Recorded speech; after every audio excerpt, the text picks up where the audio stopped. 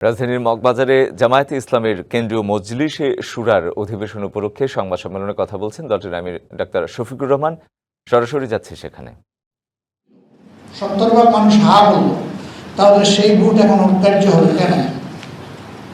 স্বাধীন বাংলাদেশের ইতিহাসে এটা চতুর্থ গণভোট। প্রথম গণভোটটি অনুষ্ঠিত হয়েছিল জেনারেল জিয়াউর রহমান সাহেব যখন মার্শাল অ্যাডমিনিস্ট্রেটর, তার হাতে।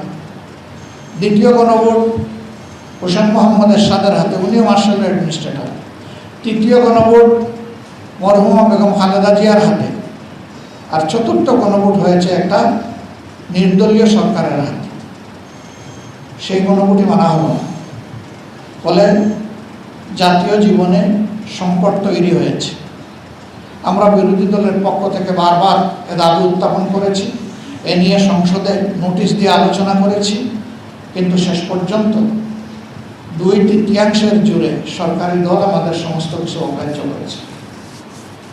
এবং জনগণের দেওয়া রায়কে সরকারি দল অগ্রাহ্য করলেও আমরা অগ্রাহ্য করব না।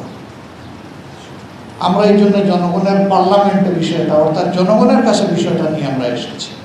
নগদ নিয়ে এলো হার না মানা হার অফার। সর্বনিম্ন 10,000 টাকা রেমিটেন্স নগদে পাঠালে থাকছে স্বর্ণের হার জেতার সুযোগ। ইতিমধ্যে এই দাবি বাস্তবায়নের জন্য 11 দলীয় ঐক্যের পক্ষ থেকে ধারাবাহিক কর্মসূচি পালন করছে। এটা কোনো দলের জন্য নয়, কোনো ঐক্য জোটের জন্যও নয়, এই দাবি জনগণের জন্য। এই রায় দিয়েছে জনগণ, জনগণের স্বার্থেই এই দাবি বাস্তবিত হতে হবে। এর সাথে মৌলিক যে সংস্কারগুলো আরও আছে সেগুলোও করতে হবে।